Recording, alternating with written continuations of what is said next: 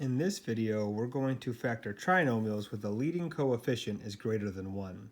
This complicates things, and usually we end up using a method called the box method to help us factor this. For the box method, you'll need to be able to identify the a value, the b value, and the c value in your quadratic trinomial. Next, we're going to make a box, a 2 by 2 box. In this upper box, we put our ax squared term. So for this problem, it would be 2x squared. And in this bottom right-hand box, we put our c term, so that would be 15. We then multiply those together. When we multiply 2x squared and 15, we get 30x squared. So now we're searching for two terms that multiply together to make 30x squared, but add to make 13x. Well, lots of things can make 30x squared. 6x and 5x could, but it doesn't make the 13x we're looking for. 2x and 15x could, but again, that doesn't work. The set that will work is 3x and 10x, because 3x times 10x is 30x squared, and 3x plus 10x is 13x. I'll then put both of these terms in the other two remaining boxes, and it doesn't matter which one you put them in. You run the GCF horizontally, there's a 2x common in both those terms. GCF horizontally, there's a 3 common. GCF vertically, there's an x in common. GCF vertically, there's a 5 in common. So our final answer will be 2x plus 3, which comes from this vertical column, and then x and positive 5 for our second one. Okay, and if I FOIL this first, outer, inner, last, and multiply these two together, I'll get back at this trinomial that I started at. Let's try it again. Here we have another quadratic trinomial where a is bigger than 1. In this case, a is 3. We identify a, we identify b, and we identify c. We draw our 2 by 2 box.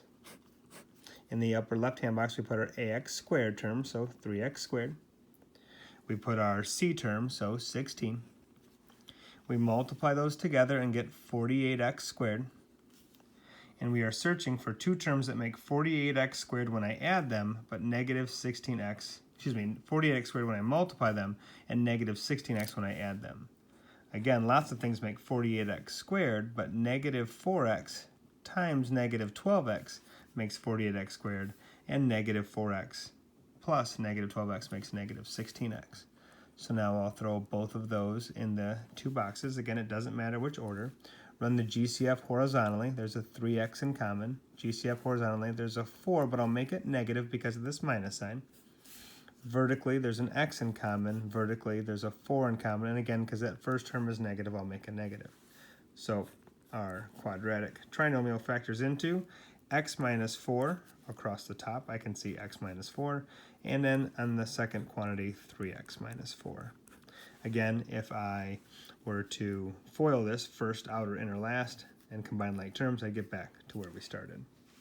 One final example here, again, where the a value is something bigger than 1. In this case, it's 4. Our b value is 3, and our c value is negative 10. We will draw our 2 by 2 box.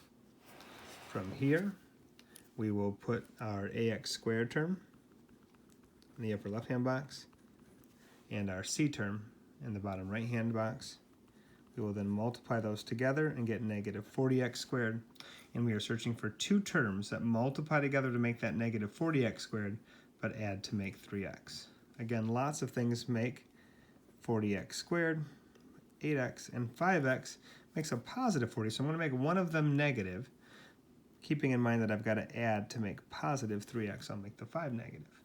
Again, I'll throw one in one box and the other term in the other box. It does not matter, as we're going to take the GCF horizontally here. They have an x in common, and down here they have a 2 in common.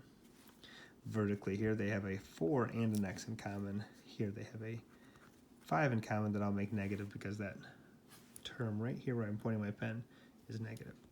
So my quadratic trinomial factors into these two binomials, 4x plus 5 across the top, 4x minus 5 across the top, and x plus 2 down the side.